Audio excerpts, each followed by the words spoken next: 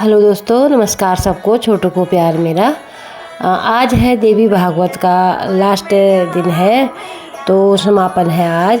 तो पंडित जी ने बोला था कि 11:30 बजे पहुंच जाना, 1:30 बजे तक की कथा होगी।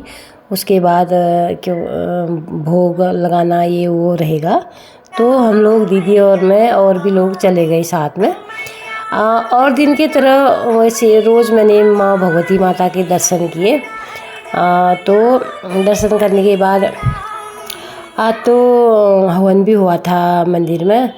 वैसे भी सभी लोगों का मतलब सहयोग किया था, सभी के नाम पर हुआ, जितने भी बिट्ठू रह हैं और भी हैं जो बाहर के भी हैं, उन लोगों ने भी सहयोग किया था। तो जब हम गए थे हवन हो चुका था तभी। तो ये अखंड दिया है जो 9 दिन तक मैया का जला था। मैया का दीपक जलाया था जो 9 दिन तक, वही है अखंड दिया। और ये मैया को स्थापना की थी नई माँ की, तो वो तो हुआ ही। पौराणिक जो पहले का है वो तो हुआ ही। तो हवन हो चुका था, फिर हम लोग कथा में चले गए।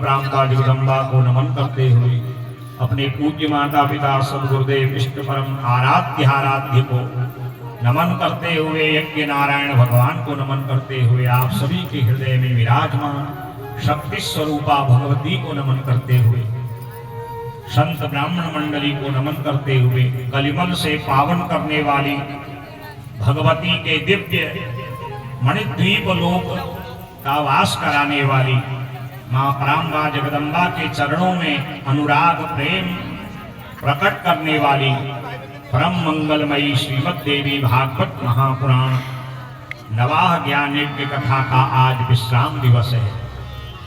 प्रातःकालीन नित्य गणेशादि देवताओं का पूजन और भगवती का षोडशोपचार अष्टोत्तर पूजन और यज्ञ नारायण को पूर्णाहुति प्रदान करने के पश्चात आइए 1-1.25 घंटा जितना भी समय, क्योंकि हर कार्य की एक सीमा है, क्योंकि कथा तो बहुत शेष है।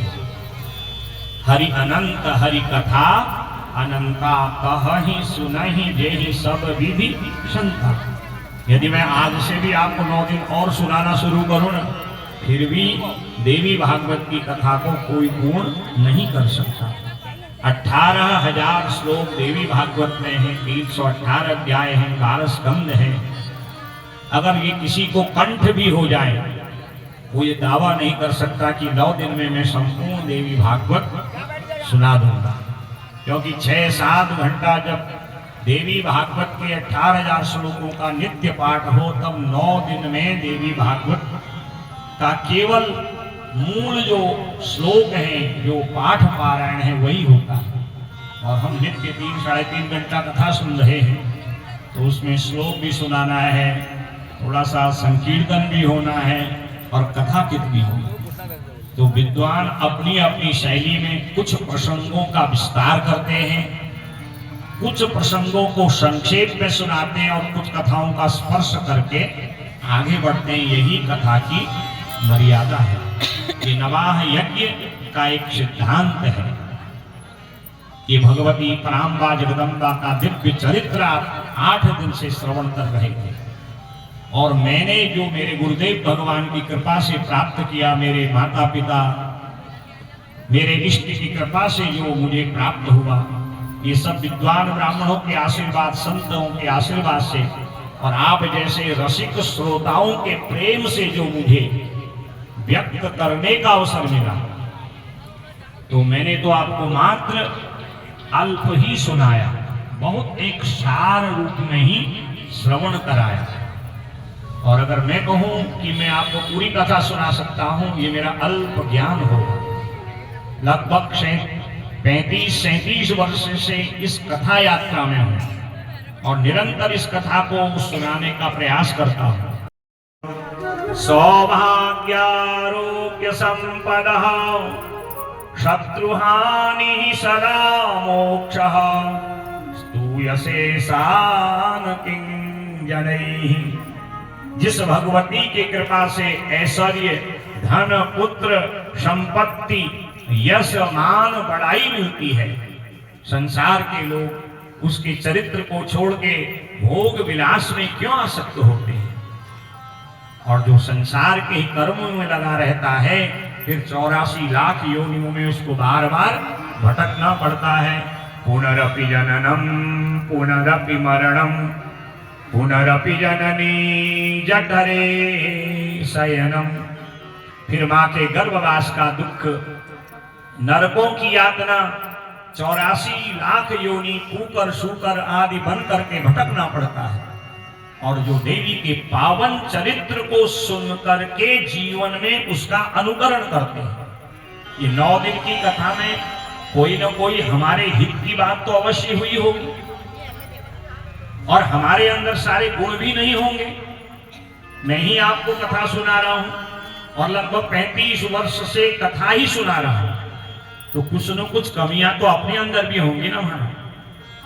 तो उन कमियों को इन कथाओं के द्वारा, इस सत्संग के द्वारा हमें कम करना चाहिए और कथा के मंडप से हमें अच्छाई ग्रहण करनी चाहिए। क्योंकि ये जो कथा है, ये तीर्थों का, महातीर्थ का संगम है। सर्वाणि तीर्थानि वसन्ति तत्र, जहां भगवान की पावनी कथाएं होती हैं वहां सारे तीर्थ आते हैं। सभी तीर्थों का हमने आवाहन किया ना मंडप में। गंगा जी आए, यमुना जी आए, तीर्थराज प्रयाग आए, ब्रह्मादि देवता आए और यज्ञ नारायण उनको आहुति प्रदान करके उनके लोक तक पहुंचाए। तो ये जो भगवती की कथा है, भगवान की जो कथा है, ये महातीर्थ है। जहां बसंत तत्र, सारे तीर्थ वहां आके बस जाते हैं। जीवन में यदि तीर्थ करने का अवसर न मिले तो खाली भारतवर्ष को देखते हैं, कितने तीर्थ हैं हमारे उत्तराखंड से रामेश्वरम तक, पूर्व से पश्चिम तक। आदमी रोज भी तीर्थ यात्रा करे, जीवन बीत जाएगा, तीर्थ पूरे नहीं होंगे। कल के प्रसंग में आपको मैंने 108 देवी के आदि शक्ति पीठों की कथा सुनाई। यदि 108 शक्तिपीठ की आप परिक्रमा करें, वर्षों बीत जाएंगे। 12 ज्योतिर्लिंग है हमारा, 4 धाम हमारे उत्तराखंड के, 4 धाम भारतवर्ष के। सिद्ध तीर्थ हैं, शिव तीर्थ हैं, विष्णु तीर्थ हैं, नैमिषारण्य जैसे तीर्थ हैं, प्रयागराज हैं। इतनी महानदियां हैं, इतने सरोवर हैं, कहां पूर्ण हो सकता है? हाँ, यदि सभी का हमें एक साथ पुण्य लेना है। सर्वाणि तीर्था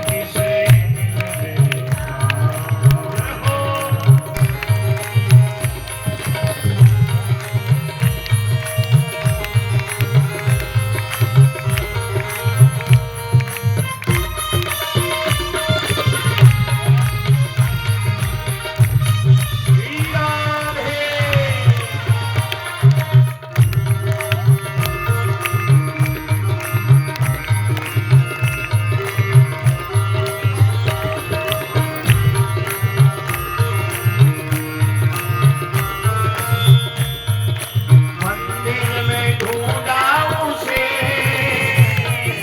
मूरत में पाया है। हाँ, मंदिर में ढूंढा उसे, मूरत में पाया है। हाँ, मंदिर में ढूंढा उसे, मूरत में पाया है। हाँ, मंदिर में ढूंढा उसे, मूरत में पाया है। कहाँ मिलती है मैया? भागवत के मंडप में। हाँ, भागवत के मंडप में मेरी मैया का बसेरा है। भागवत के मंडप में मेरी मैया का बसेरा है। ये दुनिया वाले क्या जाने, हाँ, ये दुनिया वाले क्या जाने, तेरा रिश्ता पुराना है। ये दुनिया वाले क्या जाने हैं, जो सेवा करते हैं, अर्थात प्राणियों में दया का भाव भी एक यज्ञ है। प्राणियों पर परोपकार करना, उनके निमित्त दान करना, अपने कमाए हुए धन को मार्जित करना, परिष्कृत करना, शुद्ध करना, उसके लिए दशांश दान की आवश्यकता है। तो इसको मनुष्य यज्ञ कहा जाता है। इसका सरल रूप प्राचीन माताओं में देखा जाता था। जब घरों में चूल्हे होते ना, तो चूल्हों में जब भोजन माताएं बनाती थी, अब आजकल तो रसोई का हिसाब ही कुछ और है। भोजन बनाते रहो, चखते रहो, कहीं नमक ज्यादा तो नहीं, कहीं मिर्च तो ज्यादा नहीं महाराज।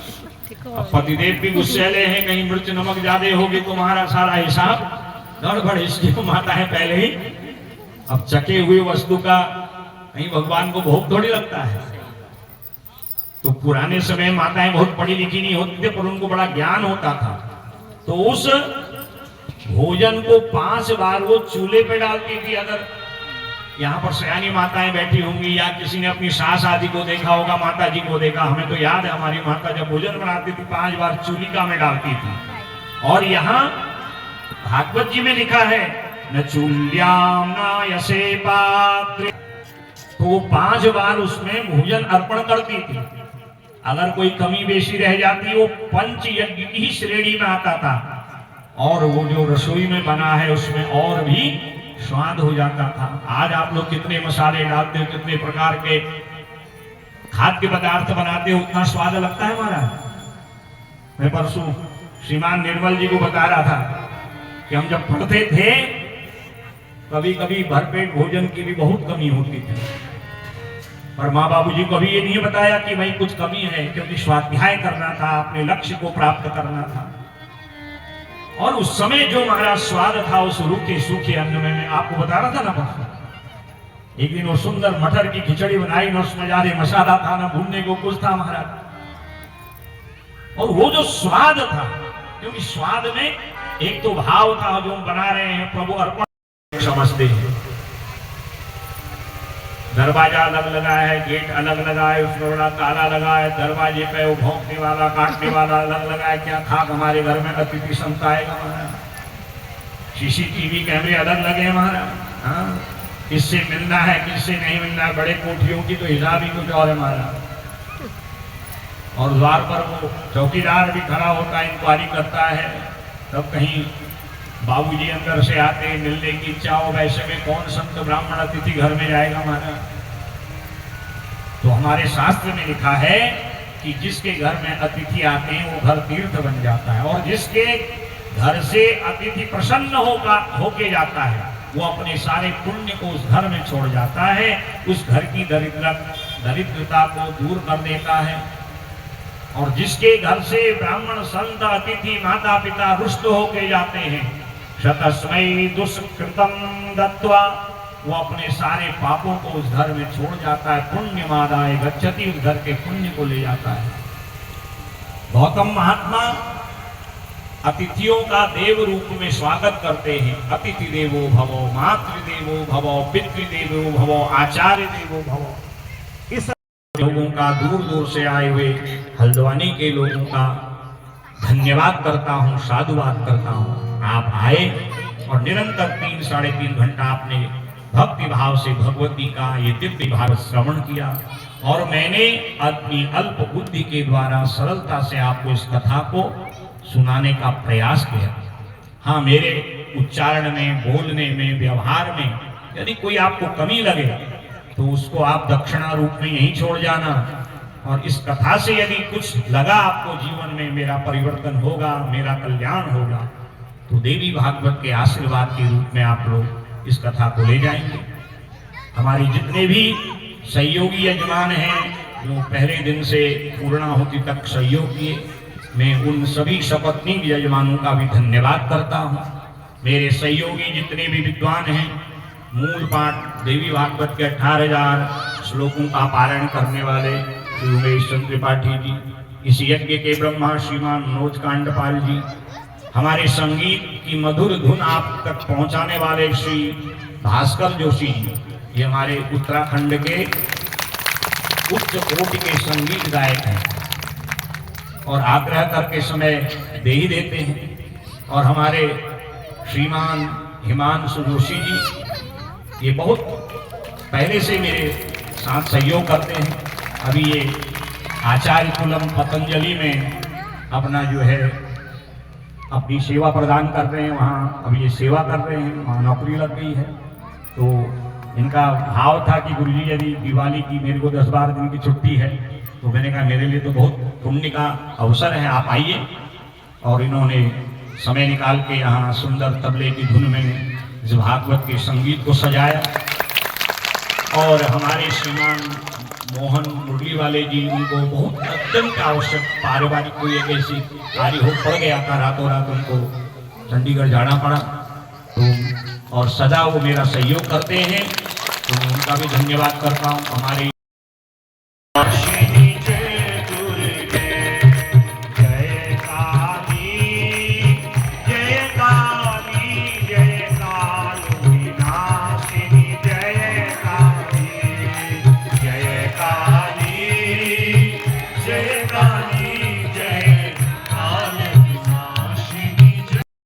बुद्धिर्बला शारदा वाङ्मय मूर्तये श्रीदेवी भागवत महापुराणाय नमः।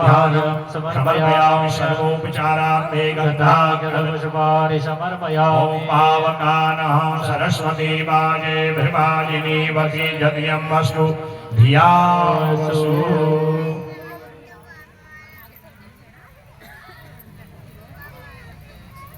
माला भी रखिए, एक माला पोथी में माला रखिए।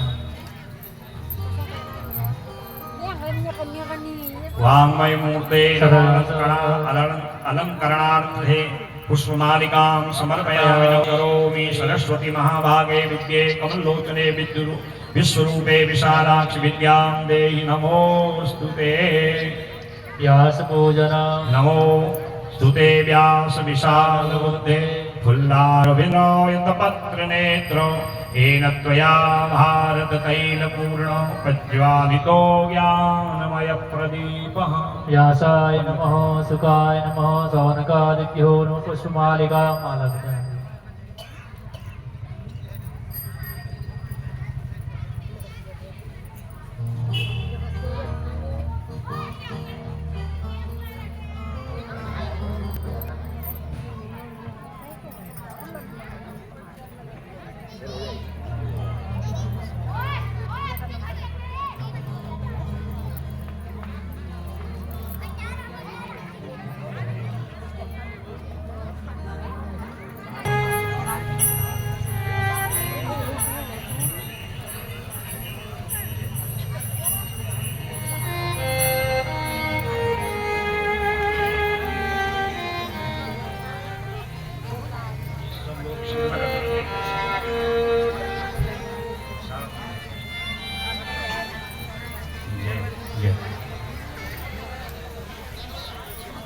कुछ और घोषणा होनी है क्या?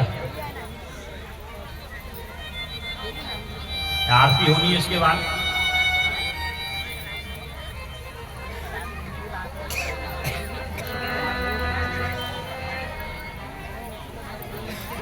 आरती के बाद यजमान लोग फिर प्रसाद लेना है यहाँ से।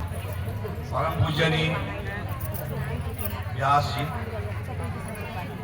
आपके मुखार बिंद से अति सुंदर देवी भागवत का वर्णन हमने सुना, हम कृतार्थ हो गए। जो मेरे साथी हैं, मैं किसी बात की कुछ नहीं कहूँगा, हम एक मोमेंट उनको मतलब खानपानी व्यास जी को मोमेंट दे रहे हैं और मैं किसी भाई से कहूँगा कि एक तस्वीर ले लें।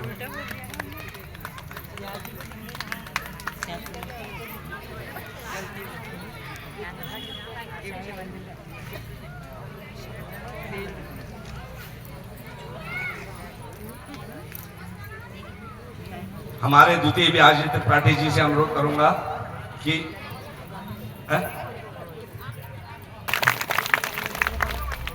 हमारे यज्ञ के ब्रह्मा माननीय मनोज कांडपाल जी, इसके बाद भास्कर जोशी, श्री हिमांशु जोशी जी,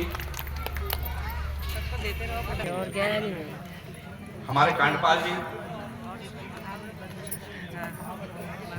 श्री मोहन बंसी जी, बंसी वालों की जगह मैं भास्कर जी को देने की कृपा करें।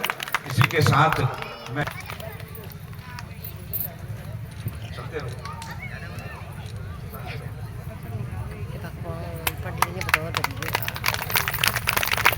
हमारे बड़े बुजुर्ग रमेश चंद तिवारी जी, मैं उनसे को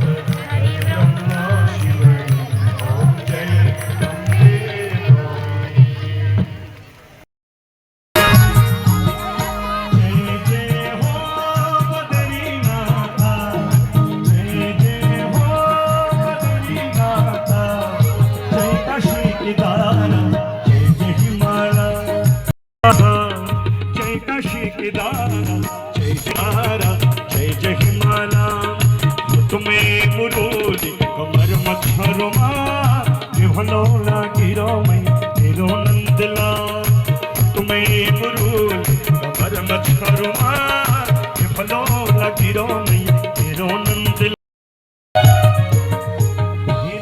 चरैया रास रचैया वाले बन का संग मुरली बजैया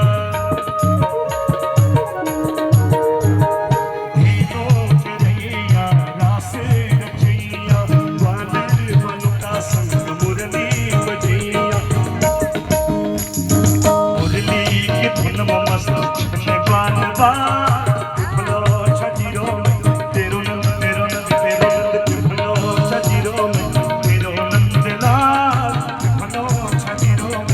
आज भगवत कथा पूरे गाने सब आज शास्त्री लागण और अभी ये कन्या का खवड़ान इतरुबड़ी डांस नाच गाना चल रहा पत्रुब और एक तरफ मैया के वहाँ पर कन्याओं को भोजन खिला रहे हैं और क्या बोलते हैं 9 दिन कैसे चले गए पता ही नहीं चला। सच्ची बोलो तो ज़िंदगी के सबसे इम्पोर्टेंट दिन थे। सच्ची बोलो तो 9 दिन इतने अच्छे से चले गए पता ही नहीं चला। और जो भी है वो और डांस से ये चीज़ वो कर रहे। और मैंने वीडियो लास्ट वाला भी लिया, मैंने कहा ये भोजन वाला भी ले लेते हैं। और आप लोगों को मेरे वीडियो देवी भागवत के कैसे लगे, जो भी गलती हुई होगी उसके लिए क्षमा चाहती हूँ।